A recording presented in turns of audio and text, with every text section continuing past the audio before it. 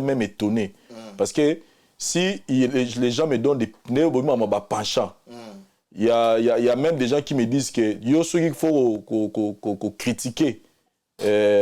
Muto aboyo tanga komo na babi okoka o critiquer bien te. Olobango loro la ozo banga ozo côté là et il y a des gens même so ezo leke la bato belé l'équilibre.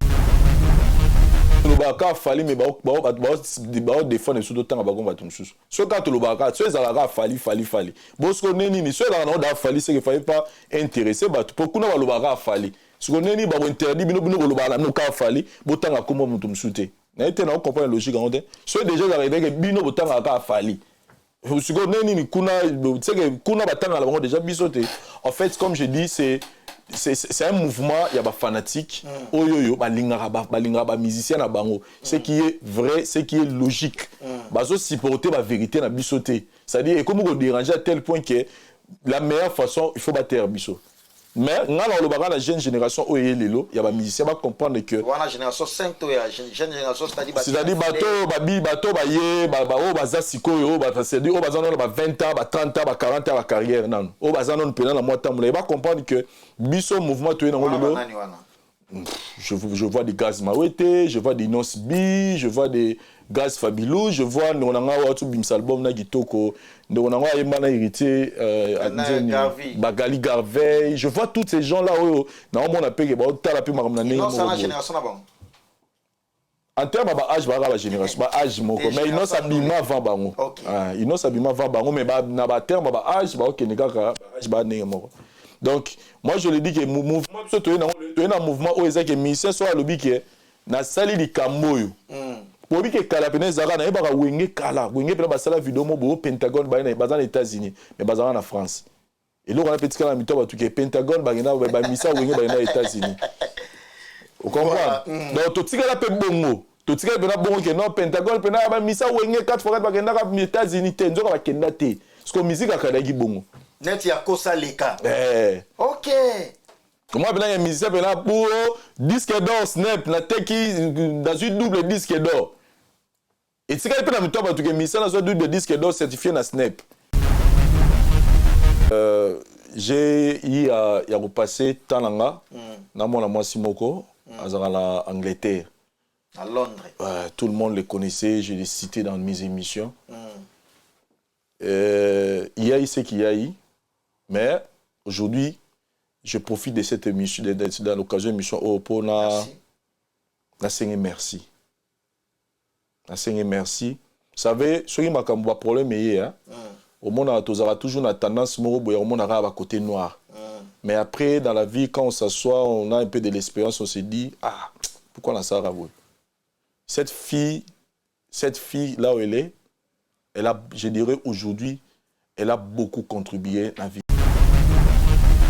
Nabaksana nous zelo na somba kayas pour na yebi place na route na yebi neni koza na place ko lala ya yo moko ezalaka na yebi neni ni passe ko foot des alaka na yebi neni na kembi na ngala kembi na vie genre ba débat ezalaka bo na ba débat boyo kana yo za pour yo za contre na ba débat normalement ezalaka bon mais biso là to yé to rena ba just sobite an émission to lo ba munengeza sans parti ce qui likambo point de vue nangana ya jazz et kokani c'est pas un problème. Vous comprenez? Si quoi tant tout ça cahier tout ça nini conducteur. Tant tout ça conducteur to we la yo nanga to ebike to vendre la mingi actualité. Actualité n'est ça là que bato bata la biso. Parce qu'on a actualité wana moi je me souviens que depuis biso to na makambo. Ce moment de l'actualité, il se faisait qu'on se retrouvait plus dans l'actualité à Fali. MK Royal Studio, spécialisé dans la production audiovisuelle. Nous faisons vos clips vidéo, vos pubs télé et radio. Aussi, nous couvrons vos événements dont vous ne voudrez en perdre aucun souvenir. Anniversaire, mariage, retraite deuil et tout ce que vous voulez. MK Royal Studio, 35 Boulevard Anatole France, 93 200 Saint-Denis, plus 33 75 36 10 10 3. Et nous sommes MK Royal Service.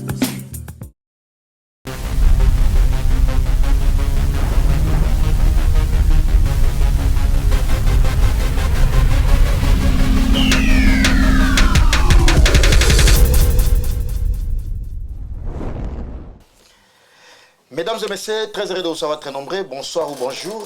Les vôtres est là pour vous expliciter certaines zones d'ombre. Je suis là ensemble avec mon invité de séjour, à la personne de Vincent Tulus, Aza en séjour à Paris, et Aza à Paris, Aza en Belgique, les loto yambi à Paris pour que tout solo lanaye, Aza na mamba oloba, et c'est important aussi pour moi, Prince Bakali, Nazala en face, il y a estimé confrère, parce que Bangunde Balakisa Penzela.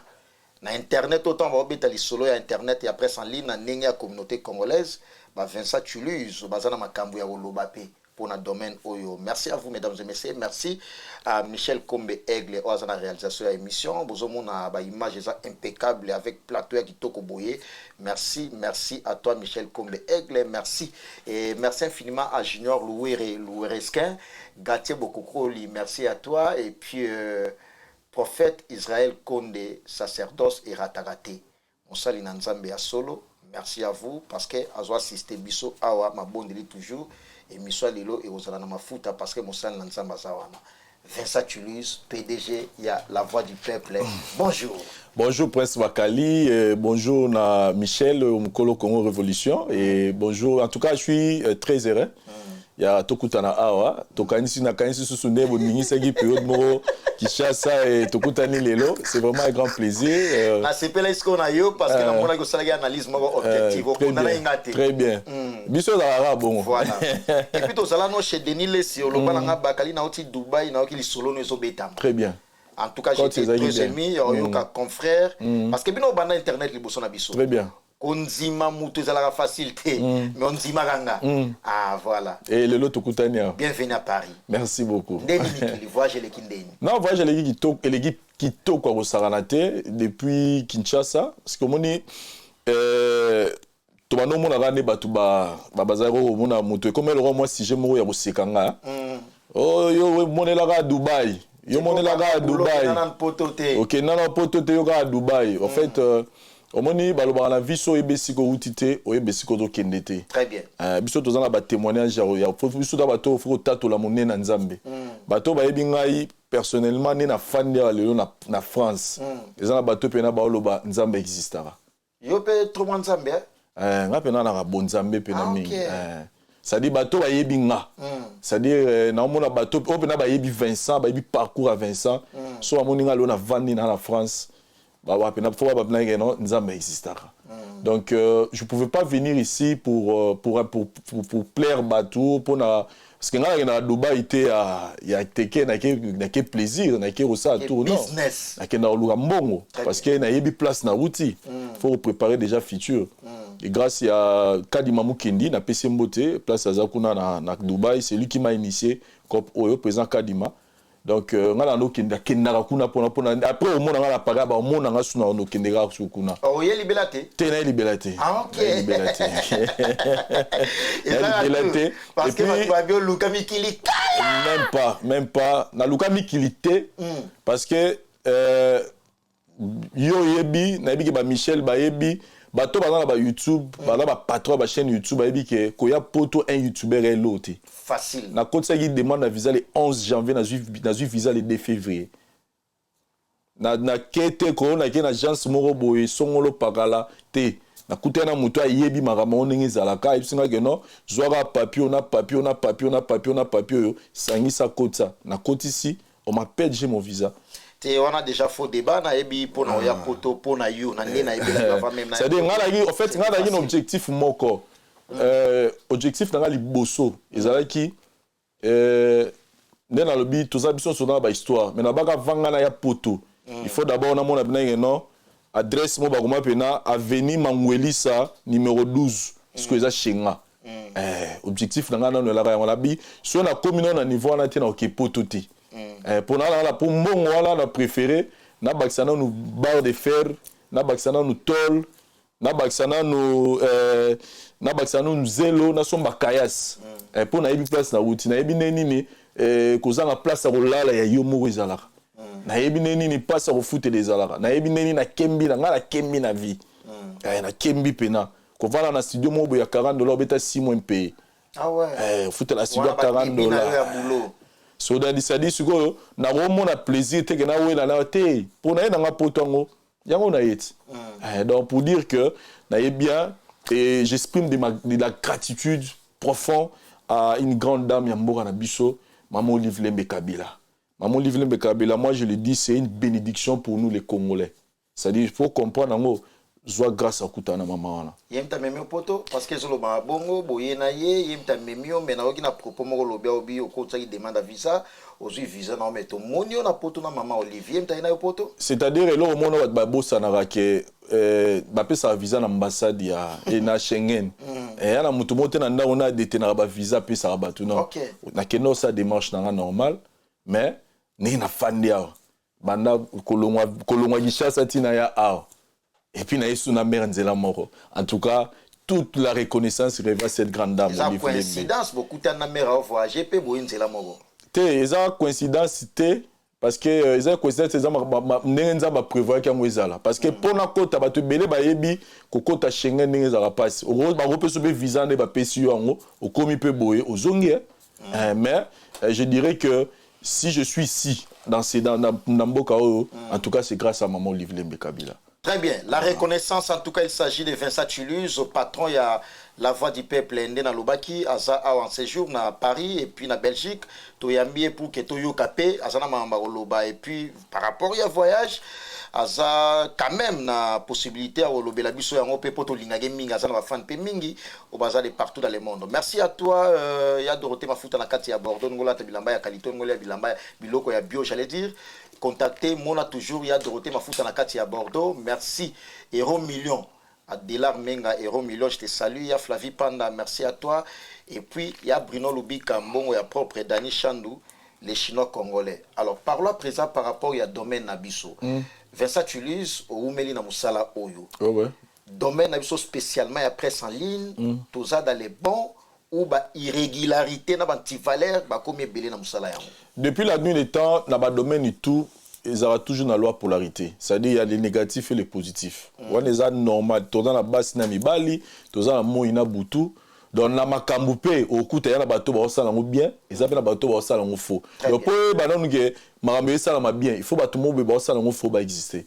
Donc moi je dirais dans l'ensemble, ils ont la bateau ba zo exceller na musala bango correctement. Et puis, ils ont des salles en mabé. Maramongé bandi les lotés. Même dans la presse à Kalapé, ça la caromon, la rabattement, basala magambien, battement, basala rafo. Donc, moi, je dirais que Moutoula Moutou, azo zoba résultat par rapport à travail. Donc, ils ont la bateau, basala en bien, en général, et puis, ils ont la bateau, basala en faux. Mais ce qu'on a basala en faux, tous encourageant en côté, pourquoi? Parce que ils ont domaine oyoyo, il faut ça l'excellence, il faut ça bien. Na bateau ba sala ngo faux, en tout cas moi je condamne et nazo senga bango ba ya na ngambu na biso to sala ngo bien. Musique na biso critique et commis makasi beaucoup plus au musique et baby batu mususu babi et baby beaucoup plus pour na biso ba chroniqueur. To commis na ba penchant, to commis ba chroniqueur pas forcément attaché de presse ba musicien mais ba mukala ba musicien. To commis na mot d'ordre sous ordre ya ba musicien. On est au salon avec impartialité. Tu es d'accord avec Avia Batobongo? Je dirais oui et je dirais non. C'est-à-dire, on a s'expliqué. Lélo, on doit reconnaître que Prince Bakali, Bissola Toye, tant Bissola Toye, Namarambo télévision. J'espère que Toye Bikele, Bissola Tobani, tant autant la musique. Depuis que Zara au monde a retour, Joka Kabengele, Arana Papa Chéri. Koto Yomonipé, par exemple, Zachary Naoué Ranson. Très bien. Donc, ils ont marambo to kouti déjà za la bongo. Vous comprenez? Mais biso tant to yé na esprit wana te ya mutawera mutajibete. Vous comprenez? On a tango boyé. Tango biso to yé. À l'époque. À l'époque. OK. Ils ont marambo raté marambo JBT. Ils ont marambo que to ça là boulot. Et je dois reconnaître que Jazz Kavula Roya Kalamini Tawa marambo et bandi tant to créer na ba jazz émission tribunal. En fait, concept à tribunal les ala qui tout le monde ramène ça. Bon débat déjà ba débat za la rabo na débat ba yo na yo za pour yo za contre. Na ba débat normalement za rabo. Mais biso là to yé to rena ba jazz sobité en émission to le monde ramène ça. Sans parti. Sans parti. Ce qui les cambo point de vue na ya jazz et kokani, c'est pas un problème. Vous comprenez? Si quoi tant tout ça cahier ya tout ça nini conducteur tout ça conducteur to we la yo nanga to ebike to vendre la mingi actualité actualité ne ça là que bato bata la biso parce qu'on a actualité wana moi je me souviens que depuis depuis biso to na makambo ce bobo cha actualité il se faisait que on se retrouvait plus dans l'actualité à Fali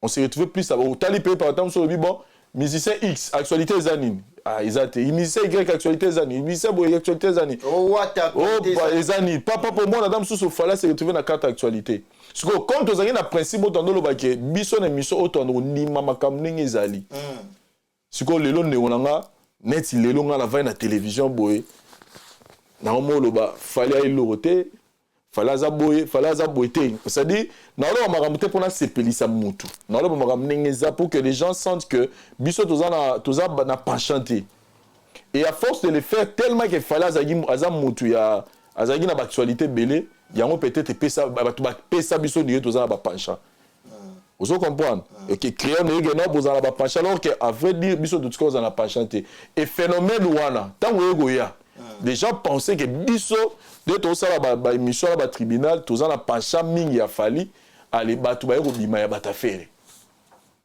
batu ba bima batu ya wata batu ba bima batu ya papa wemba ya batu ba bimisi ba racine bimé belé ne place makambo ko beba au moins na mutu pena ye au fin par exemple sexe ya moi si ya musicien ba zupe ba poster on pe na page et l'équipe au moins na mutu ye au fin musicien nous autres na yeningi zalaka alors que okuta biso ya mutu moko na komela ki banda to manda tribunal de to zala ba jazz ti ngane na sala ngoti lelo une émission moko to okuta na finga musicien en dehors de musique ça dit ça ou ko ba en dehors de musique on reste dans la musique très bien non lo ba par exemple que non album ya itam sous BM nzemo héritier za kitoko te soit stade à Fali et soit stade à Fali les bien té donc ça veut dire na tikali na kati ya musique OK vous comprenez donc mes bateaux ba yo bima na ba branche na biso ba déborder ça dire ba tout petit bordir et c'est ce qui fait que lelo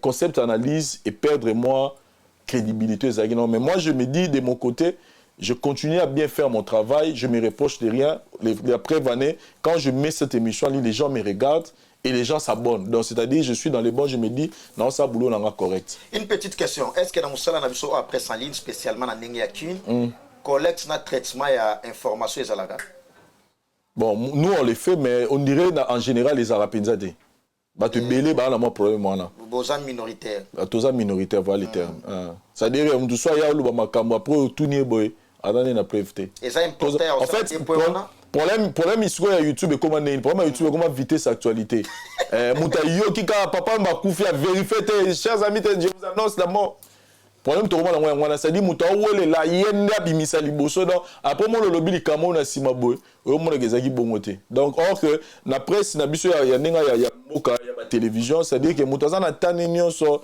ya koluka yeba e bandaki nini tout tant azo ko no sango za pena bongo mais biso ce à cause ya vitesse à cause il y a un nombre de vies ndé comment peut créer ba marambo la voix du peuple peut faire partir na ba parmi ba chaîne où est ça la traitement information té nga prenant na zorata azora pena temps avant na yolo balikamo na zora et puis so na yebi likamo to tu na likamo roboé au moins na zora pena temps et puis moi particularité na chaîne ngeza que moi c'est pas une chaîne où ezaka rapona ma musique d'ailleurs ngai ba abonné na za bango le belé eza penza bata musique ité.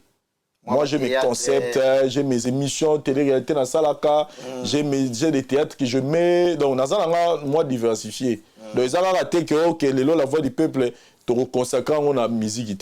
Rien du tout. D'ailleurs, je suis Vincent pour la émission, dans le concept, dans la créa. Nakala, net ezalagi na moi en plaire. Je dis bien net parce que je suppose. Ba chroniqueur banoya musala yango po ba ezwa basi na poto basi ba bima bango poto net ezalaki na ampleur ezalaki na au mona net un exemple na excusez na titoye yo au mona Vincent Tulus ala na mwasi nemo bwe na poto bioza marié na obeta lisolo ya kala au mona kuna Ken pia na mwasi nemo bwe na poto azo compter mwasa na meme poto net na kala ezalaki pe na bongo mwa trop oui ezala bongo et puis je profite de cette occasion. Peut-être que la lien nanga oyo. Nani wana? J'ai eu à repasser Tananga, dans mon amoisi moko, en Angleterre. À Londres. Tout le monde le connaissait, je l'ai cité dans mes émissions. Il y a eu ce qu'il y a eu, mais aujourd'hui, je profite de cette émission, dans l'occasion de l'émission pour Nassengi merci. Nassengi merci. Vous savez, ce qui m'a comme un problème, au monde, on a toujours une tendance, au monde, à côté noir. Mais après, dans la vie, quand on s'assoit, on a un peu de l'expérience, on se dit, ah, pourquoi on a ça à vous? Cette fille, là où elle est, elle a, je dirais aujourd'hui, elle a beaucoup contribué à la vie. Très bien. Et au moment où il y a la séparation, vous savez,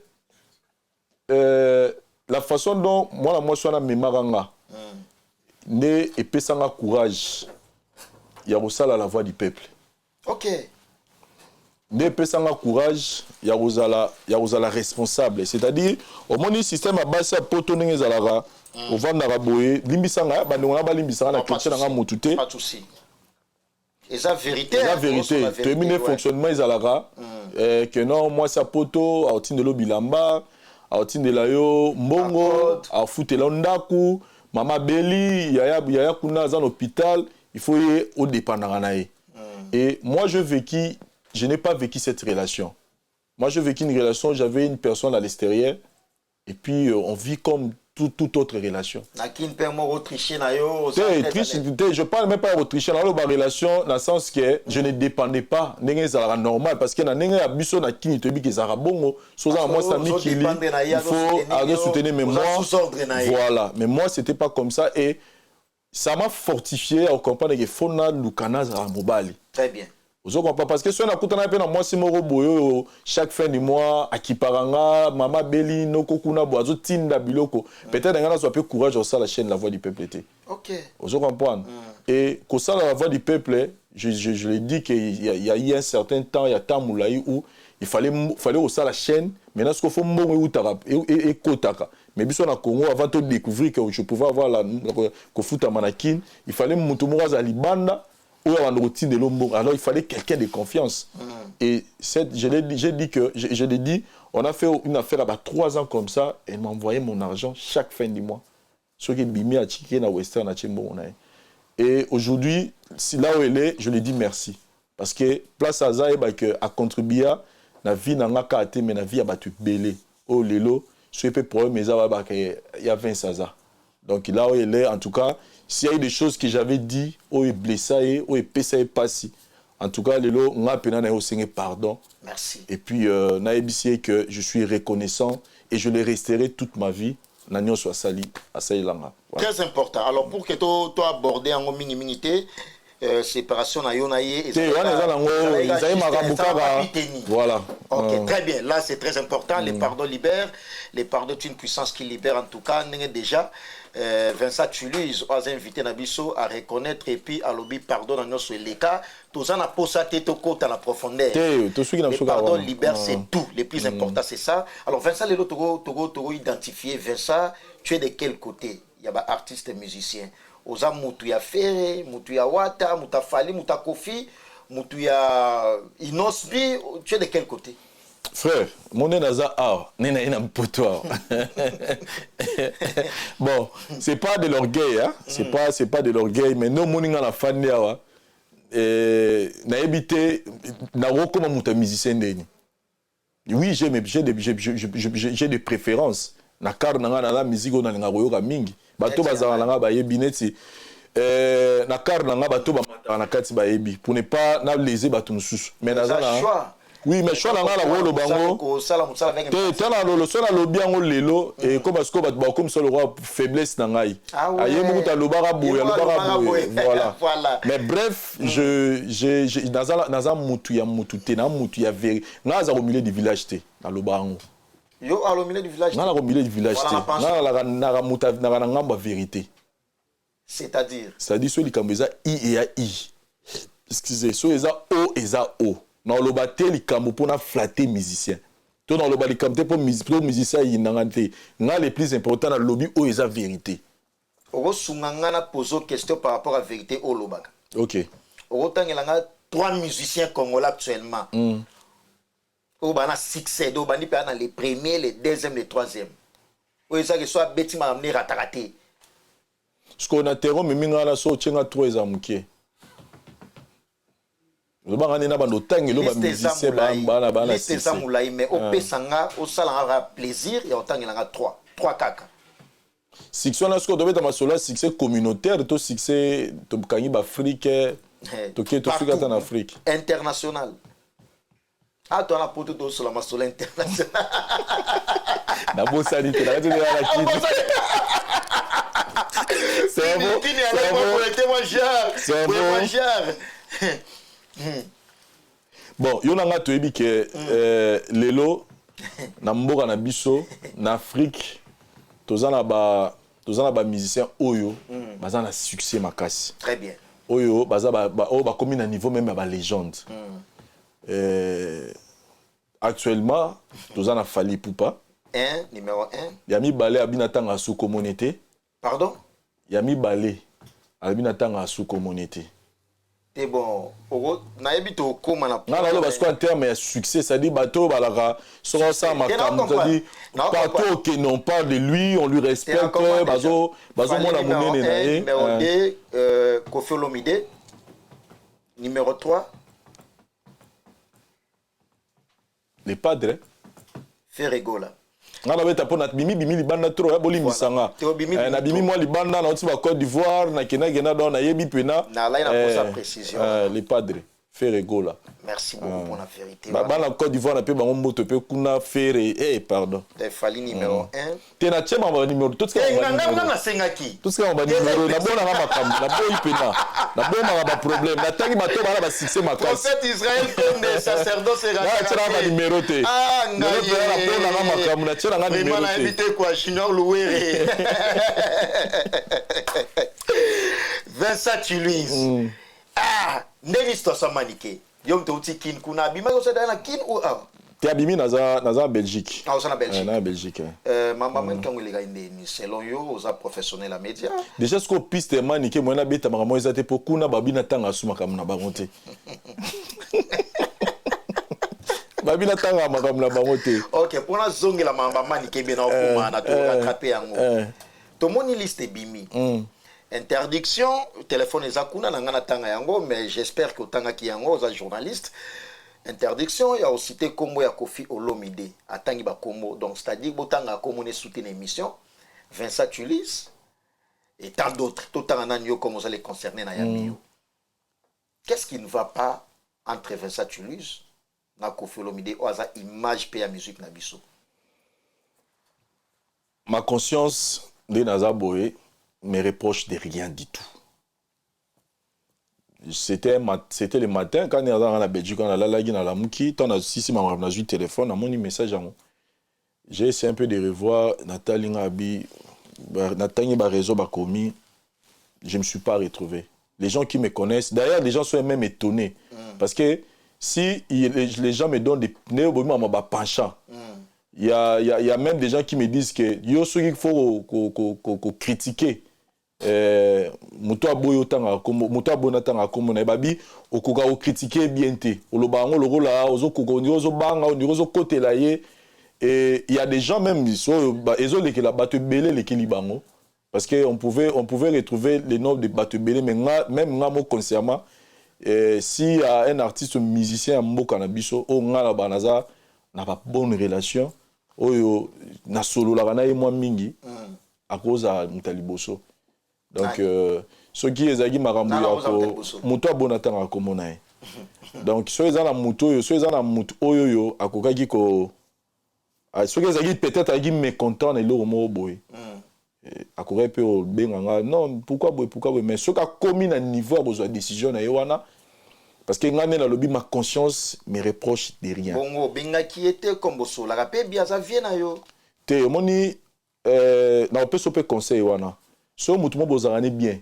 Au monde a réagi et le mo boy monika na kanda ko ya kamba monter même na relation bolingo so moni wana mwasi siligi mbamoko babondela na kobonda te mais baluka te il faut tika na temps tika na temps les cas peut-être azana makambo yo ya yoki to oya moni to ya asali analyse na ye na ninge na ye il faut tika le temps tant on le cas peut-être ne o lo babi bon deko ezalaki nini na mono silika ki na ye to solo là donc bref pour le moment là je respecte décision na ye parce que premièrement je l'ai toujours.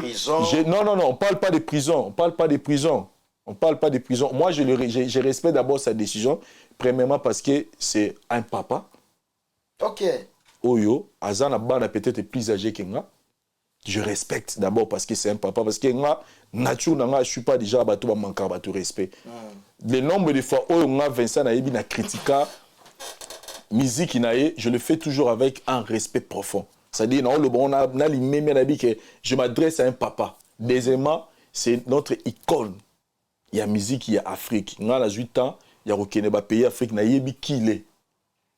Et puis, troisièmement, je suis parmi les bateaux, la musique. Il y a des fois,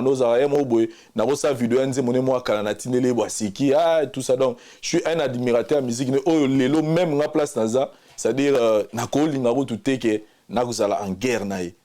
Donc, place bateau, si vous avez un bateau, influence qui pour que nga comme na cité na carte ba que ba beti faux carte parce que nga ba influencer vieux oui en tout cas on est on est on a la vision na nani na ba chroniqueur na ba staff na ye ba proche bon na ko ba bien na ko ba bien soupçonner ezara fois na ko soupçonner mais c'est que je sais na yebi que ça na bateau baza tout autour na ye oyo ba na ko influencer peut-être pe leloté. Ah bon? Baton Sukutu. Fallait pas. Fallait pas. Mais fallait pas. On comprend. Pourquoi? Parce que logique les gens ne nous comprennent pas. Nous, on ne vient pas flatter les musiciens. Très bien. Moi, je viens dire la vérité. Sur les Moutou X, sur le bateau, on a parlé de fanatique, il y a des musiciens. Tant que on a TV, on a zélo lo ba malamu elo mo o ya faire o ya sepelise. On zélo ba kamo ya wata o ye ya sepelise parce que ya za fan moni fanatique da kwa mwasi. O alingi mobali. Donc o critiquer mwasi mobali te pemeni na pour ye pour na c'est l'homme le plus parfait. Parce que concept na biso ya analyse, je dois admettre que lelo est comique au déranger pourquoi parce que on dit des choses o ya bongo. Parce qu'on a bateau bazo accepter te ba fanatique bazo ezo tonna bango à tel point que babanis ko tinda babilo ko pa ba musicien pour peut-être tous à la haï pour badoutou. Mais net analyse wana batu ba reprocher bino beaucoup plus batu ba benga yimwa mingi ba ya Ulisionga na PC Mote partenaire ya Ulisionga et puis grand prêtre mère madame Lydia Bangala bureau na saluer yo batu ba ezo déranger moi mingi net si bino penchant na bino mingi kaka fali. Neti combo kaka ya fali. Siko neni ni tolobaka fali mais ba défendre sur d'autant ba komba tumsusu. So ka tolobaka so ezalaka fali. Bosko neni ni so ezalaka na fali c'est que fallait pas intéresser batu pourquoi na balobaka fali. Siko neni ba interdit bino kolobaka no ka fali botanga komba mutumsute. Na été na comprendre logique en fait. So déjà ça veut dire que bino botanga ka fali. Siko neni ni kuna c'est que kuna batanga la bango déjà bisoté. En fait comme je dis c'est un mouvement, il y a des fanatiques, oyoyo, balingara musicien na bango. Ce qui est vrai, ce qui est logique. Bazo supporter la vérité na bisoté. C'est-à-dire et comme on dérange à tel point que la meilleure façon, il faut battre biso.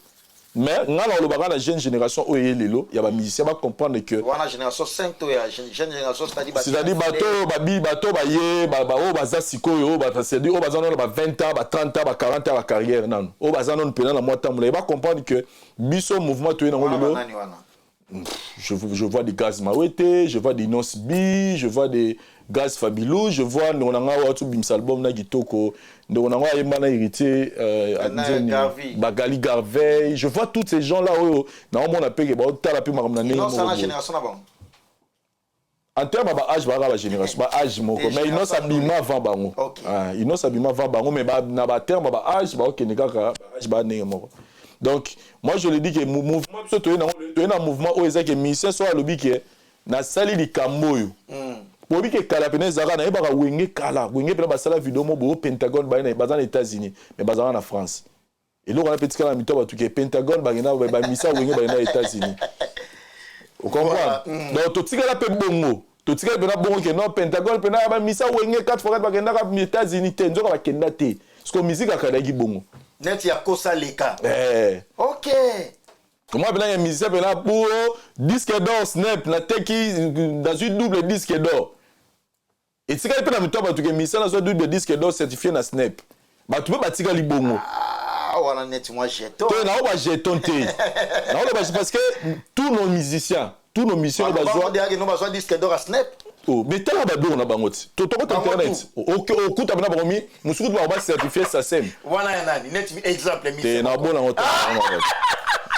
Ah bon, là, on va on va en prison, ma bête. T'es là, on va en prison. T'es là, on va en prison. T'es là, on va en prison. Mais bateau, on va une recherche.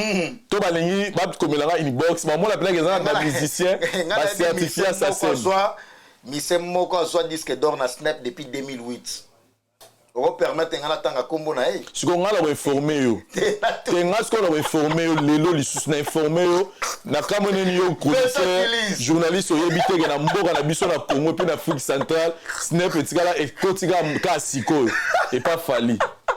Kene na moni en fait les aboya. Snap ezala créé depuis les 1922. Ouais. 1922 mais musicien liboso oya na Afrique centrale. O azuso betinga lo kombo siko na recherche bat bazo au mona e bima fali poupa. Oh confiance en 2008 on a to moni ba porter pa banyama ko ba langue japonais. Et bien le que lo. Zamu ko lokuta ba retour na ba mara mais ngala e bika ke on s'est convaincu na disque d'or wana. Na étant que chroniqueur. Na sala ba recherche. Na mona ka disque d'or moko eza certifié na Snap ya congolais comme on est fali pour album Tokos to suki wana les restes mutu na mutu et puis la comprendre qu'on fait là il a raison vraiment ya ochako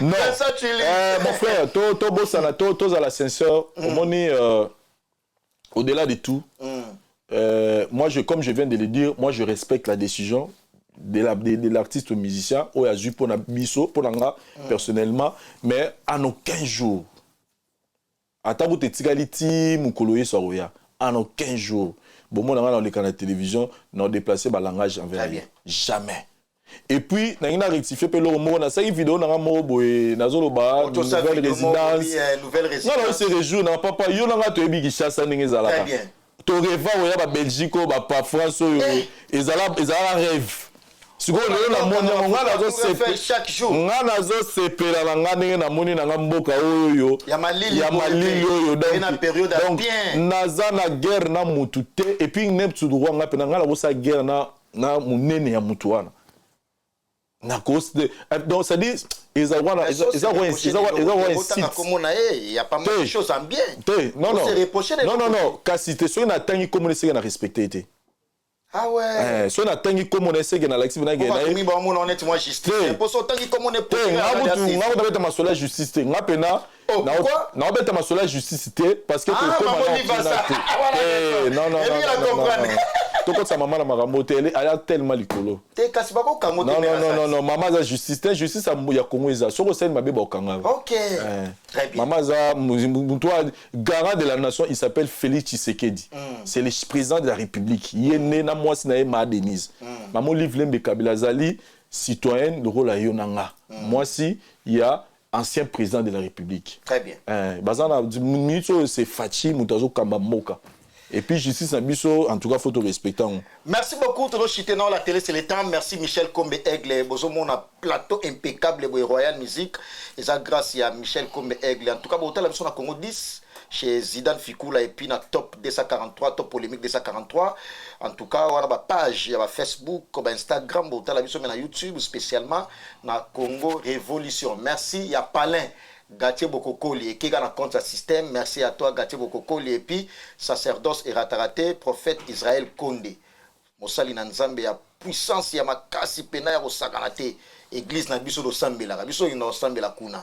Merci ya Willy Pensene les bailleurs de fonds, ya Bedo Pensene champion à donne mon contre la rochaine maman Emiline Zimba. il y a tous Pépélé Mbetolo, il y a Marie-Hélène, patronne, il y a MHLMB, merci à Djamal Mukuna, il y a Jolie Menga. Tomo Komana Soukanayo, dernière question, Vincent Tuluse, Lelo Oyoyo, Bisoba chroniqueur, Tokoma Batu ya Batu. T'es mené, c'est quand la rame t'a monté. Et to généraliser Kaka. Ok. Tokoma Batu ya Batu. Chroniqueur est-il important à la attaché de presse et à musicien ou ndenge tomo kendile na yango kozala attaché de presse ya qui force. Il faut que les appels légal, c'est-à-dire il faut que les attacher des presse à musiciens, mais les appels de manière légale. Les appels à Golambi na tongo yo moro boy, bani au bout de la musicien moro boy, o atindiote, aïe mambo salate, donc yo mogara. Et puis il y a aussi des il y a aussi un groupe de bateaux, m'soupe ba mo sala on peut la attirer peu moi public mo boy ta la bango hein. Bigaya so na lobby boy bateau ba o kabelanga, ba o camper sanga moi avantage to moi les camo mais en tout cas normalement, ceux qui ont attaché des presses à musiciens, c'est normal. Vous attaché des presses à musiciens X, mais il faut ça de manière légale. Les attaques que yo mo la mine tongo boy au conseiller ko s'autoproclamer non. Mais aussi je condamne biloko pe ko mo de kana internet, moni ba bloka bu finga. Bu finga pe no mo na muto ya le bi yo na yo finga ya mama na yo.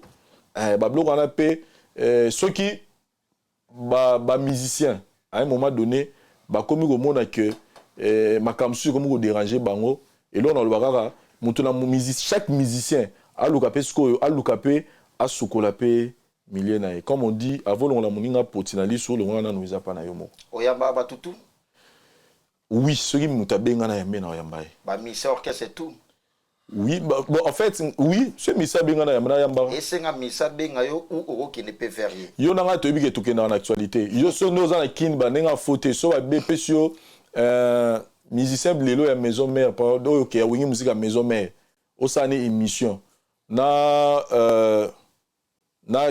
Ken Piana na minute na actualité ya manani non poser ma question yo to tu est yo o yamba nani non yamba Ken Piana pour yo nanga to bi ke to courant derrière l'actualité mais maison mère orchestre monene taga wira te na on comprend exemple na pesio te na biboy comprend exemple c'est à dire quoi na mitso maison mère ouais on son le roi d'Afrique dans les États-Unis na papi kakol c'est à dire na maison mère na mitso ba la l'actualité te na quatre orchestre c'est normal ba ya l'actualité mais quelle dans l'actualité net ya nini aza poto et puis ami balé baté comme on est la liste ah OK Ebre qui vient bien ah non franchement mais comment le comprendre passer de l'Ilessi pétage d'après ses motés passer de l'Ilessi il est pas côté passer de l'Ilessi monter la place aux alliés voilà mon travail anti stress travail comment le comportement ya ser na biso maniqué pour na yo isolo belondeni je n'encourage pas. Très bien. Je n'encourage pas.